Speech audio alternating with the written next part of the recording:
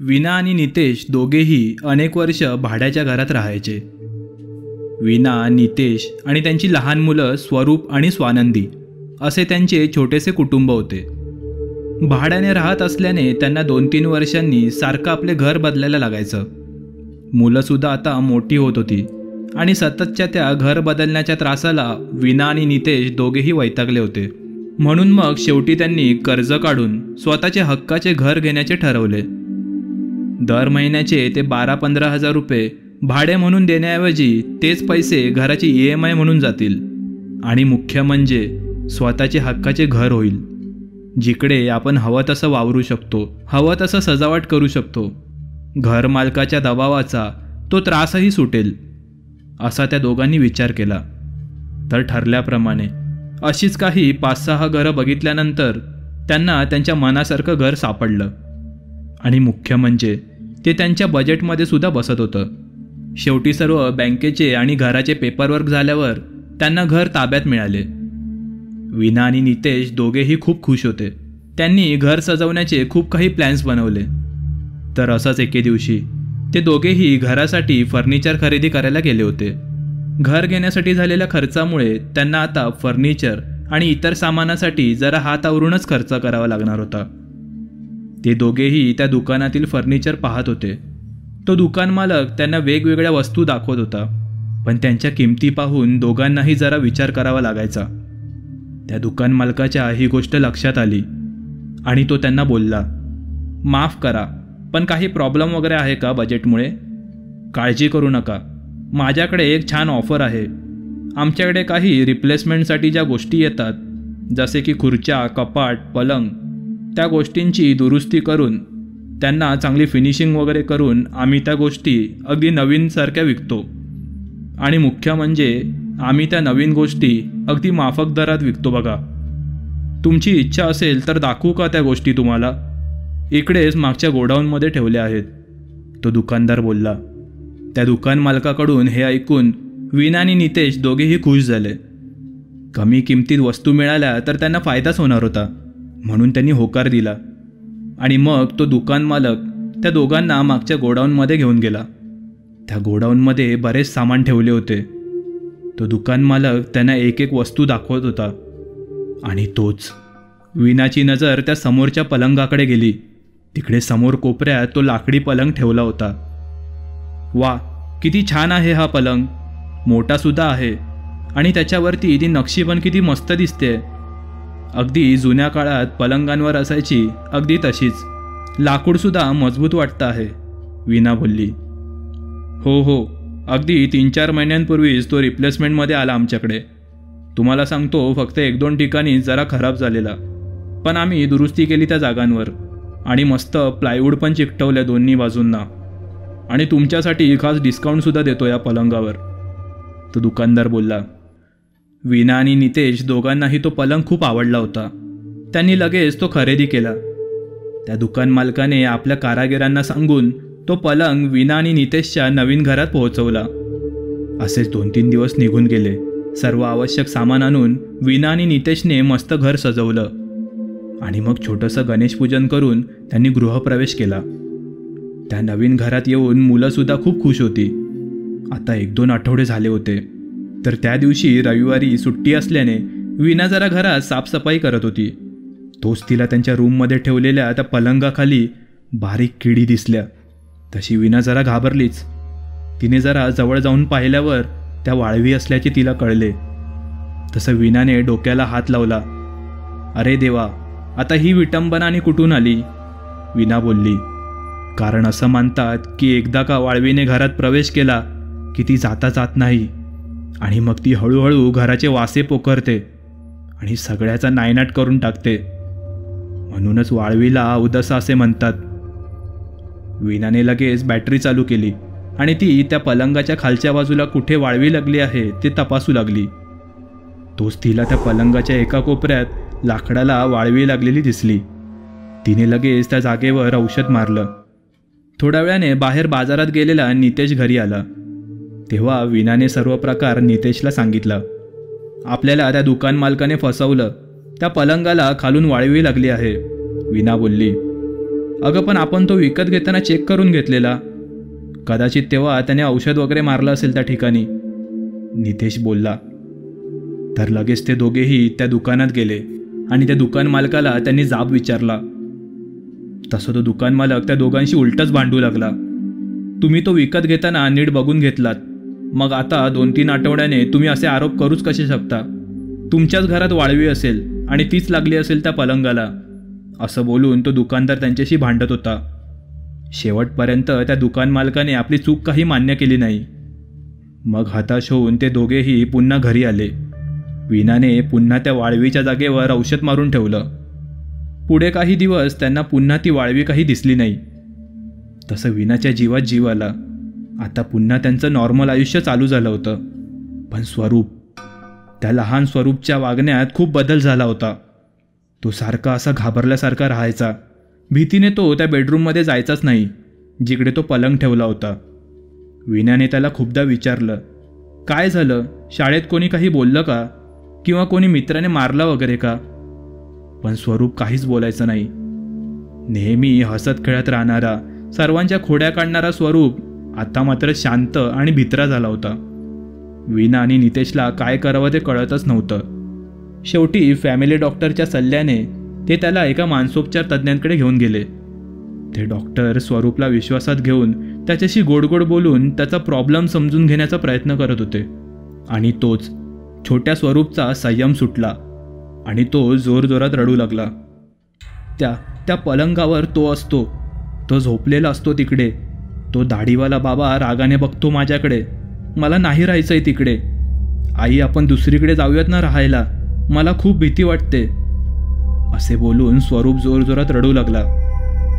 स्वरूपकडून हे सर्व ऐकून वीणाच्या अंगावर शहाराच आला.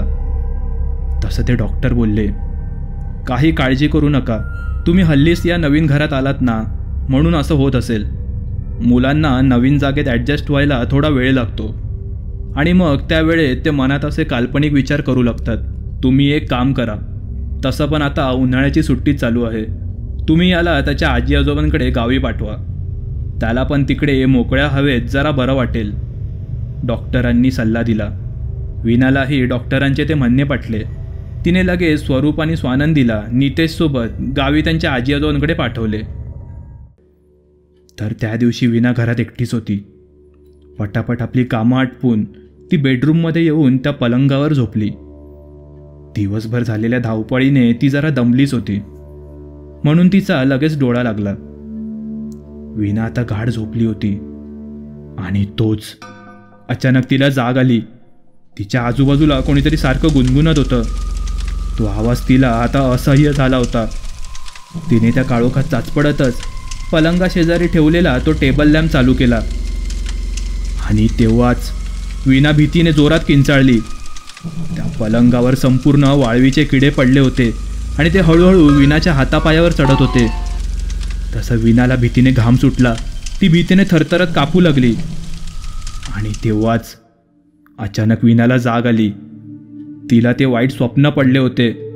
तिने पटकन उठून रूमची लाईट चालू केली आणि सगळीकडे तपासून पाहिलं, पण तिकडे असं काहीच नव्हतं. आपल्याला वाईट स्वप्न पडलं होतं बहुतेक, ती स्वतःशीच बोलली. पण अजूनही एक जागा तपासायची बाकी होती आणि ती म्हणजे त्या पलंगाच्या खालची बाजू. तसं मोठ्या हिमतीने वीणाने बॅटरी चालू केली आणि तिने त्या पलंगाच्या खाली बघितलं आणि तेव्हाच वीणाच्या पायाखालची जमीनच सरकली. त्या दिवशी तिने ज्या ठिकाणी औषध मारलं होतं तिकडे आता पुन्हा वाळवी लागली होती आणि विशेष म्हणजे वाळवी हळूहळू पसरत होती. वीणाला काय करावं कळतच नव्हतं. तिने तसंच तिकडे औषध मारलं आणि रूम बंद करून ती हॉलमध्ये येऊन झोपली. दुसऱ्या दिवशी नितेश मुलांना गावी सोडून पुन्हा घरी आला. नितेश जरा फ्रेश झाल्यावर वीणाने त्याला काल घडलेला सर्व प्रकार सांगितला. त्याने सुद्धा पलंगाच्या खाली तपासून पाहिलं. ती वाळवी खरोखरच पसरत चाललेली. आपण उद्याच पेस्ट कंट्रोलवाल्यांना बोलूयात. मुलं पण नाही आहेत घरात. सर्व घरात फवारणी करून घेऊ, नितेशने सुचवलं. तर ठरल्याप्रमाणे दुसऱ्या दिवशी त्याने पूर्ण घरात पेस्ट कंट्रोल करून घेतलं. असेच काही दिवस निघून गेले. तो वाळवीचा त्रास पुन्हा काही झाला नाही आणि वीणासुद्धा ते सगळं विसरून गेली होती. पण एक दिवस सकाळी अलार्मच्या आवाजाने नितेशला जाग आली. तसं त्याने अलार्म बंद करून तो उठायला जाणार तोच त्याच्या पाठीत अचानक चमक भरली. त्याला त्या पलंगावरून उठायलाच होत नव्हतं. तसं तो वेदनेने तळमळू लागला. त्याच्या आवाजाने वीणालाही जाग आली. तिने त्याच्या पाठीला औषध लावलं आणि थोडा मसाज केला, पण काहीच फरक पडत नव्हता. नितेशला जागेवरून उठायलाच होत नव्हतं. शेवटी त्याने त्या दिवशी कामावर सुट्टी घेतली. वीणाने फॅमिली डॉक्टरला फोन करून घरी बोलवलं. त्याने नितेशला पेन किलरचं इंजेक्शन दिलं. तेव्हा जरा नितेशला तात्पुरतं बरं वाटलं. पण काहीच वेळात तो जसा त्या पलंगावरून उठायला गेला, पुन्हा त्याची पाठ दुखू लागली. हळूहळू त्याचं दुखणं वाढू लागलं होतं. शेवटी वीणाने फोन करून ॲम्ब्युलन्स बोलवली. नितेशला हॉस्पिटलमध्ये नेण्यात आले. पण तिकडे काढलेल्या एक्सरेमध्ये सगळं काही नॉर्मल होतं. डॉक्टरांनी काही औषधं देऊन नितेशला दुसऱ्याच दिवशी घरी पाठवलं. पण काही केल्या नितेशची पाठदुखी काही कमीच होईना. आजारपणामुळे ऑफिसलाही खाडे होत होते. एका जागेवर पडून पडून नितेशसुद्धा चिडचिडा झाला होता. अगदी छोट्या छोट्या कारणाने तो वीणाशी वाद घालायचा. पण वीणाला त्याचं दुखणं माहीत होतं, त्यामुळे ती नितेशला सांभाळून घ्यायची. त्या हसत्या खेळत्या घराला कोणाची तरी नजरच लागली होती. वीणासुद्धा आजकाल जरा टेन्शनमध्येच असायची. तर असंच एके दिवशी वीणा काही सामान खरेदी करण्यासाठी बाजारात गेली होती. वीणा स्वतःच्याच विचारात रस्त्यावरून चालत होती. तिचा समोरून येणाऱ्या गाड्यांकडे अजिबात लक्ष नव्हता. आणि तेव्हाच अचानक एक स्कूटीने वीणाच्या समोर येऊन ब्रेक लावला. वीणा त्या अपघातातून थोडक्यात वाचली. वीणा तशी दचकलीच आणि ती त्या स्कूटी चालकाची माफी मागू लागली. तेव्हा ती स्कूटी चालवणारी बाई बोलली, "अगं वीणा, अगं किती वर्षांनंतर भेटलीस. कशी आहेस तू? इकडे काय करते आहेस?" ती स्कूटी चालक वीणाची कॉलेजमधील मैत्रीण संध्या होती. "अगं संध्या, मी बरी आहे. तू कशी आहेस? इकडे काय करते आहेस तू? इतक्या वर्षांनंतर भेटलीस." जुन्या मैत्रिणीला भेटून खूप दिवसांनी वीणाच्या तोंडावर हसू उमटलं. त्या दोघींच्या गप्पा गोष्टी चालू होत्या. "अगं मी इकडेच या समोरच्या बिल्डिंगमध्ये राहते. चल ना माझ्या घरी." वीणाने संध्याला घरी नेण्याचा हट्टच धरला. तसं मग संध्या वीणाच्या घरी जायला तयार झाली. ते बोलतात ना, जेव्हा आयुष्यात सगळीकडे अंधकार पसरला असतो, तेव्हा आशेचा एक किरण आपल्याला त्या काळोखातून बाहेर पडण्यास मदत करतो. अगदी तसंच काहीसं वीणासोबत घडणार होतं. असं म्हणतात, काही लोकांकडे अशी काही दृष्टी असते की त्यांना काही अदृश्य शक्तींची जाणीव होते. आणि वीणाची ती मैत्रीण संध्या, तिलासुद्धा काहीशी अशीच दूरदृष्टी प्राप्त होती. घरी जाताना वाटेत असंच बोलताना वीणाने संध्याला तिच्या आयुष्यात काय घडतंय याची थोडी कल्पना दिलीच होती. संध्या आता वीणाच्या घरी आली. ती हॉलमध्ये बसली होती. वीणाने चहा वगैरे बनवून आणला आणि त्या दोघी हॉलमध्ये बसून गप्पा मारू लागल्या. तेव्हा वीणा बोलली, "अगं आमच्या ह्यांची पण तब्येत बरीच नसते. 1 महिना झाला आता घरीच आहेत ते. खूप डॉक्टर वगैरे केले पण काहीच फरक नाही पडत." असं बोलून वीणाने डोळ्यात पाणी भरलं. "अगं रडू नकोस, होईल सगळं नीट. देव आपली परीक्षा बघत असतो. तो नक्कीच सगळं काही ठीक करेल." संध्या वीणाची समजूत काढत होती. तो संध्याची नजर त्या बेडरूमकडे गेली. तिला त्या दिशेला काहीतरी निगेटिव्ह एनर्जी जाणवत होती. ती सारखं त्या दिशेने पाहत होती. जणू काही तिला तिकडे काहीतरी जाणवत होतं. तेव्हाच वीणा बोलली, "अगं संध्या, तुला माझं घर दाखवते." असं बोलून वीणा संध्याला घर दाखवू लागली. असंच घर दाखवताना त्या दोघी बेडरूमच्या जवळ आल्या आणि तोच संध्या जागीच थांबली. क्षणभर भीतीने तिच्या अंगावर काटाच आला.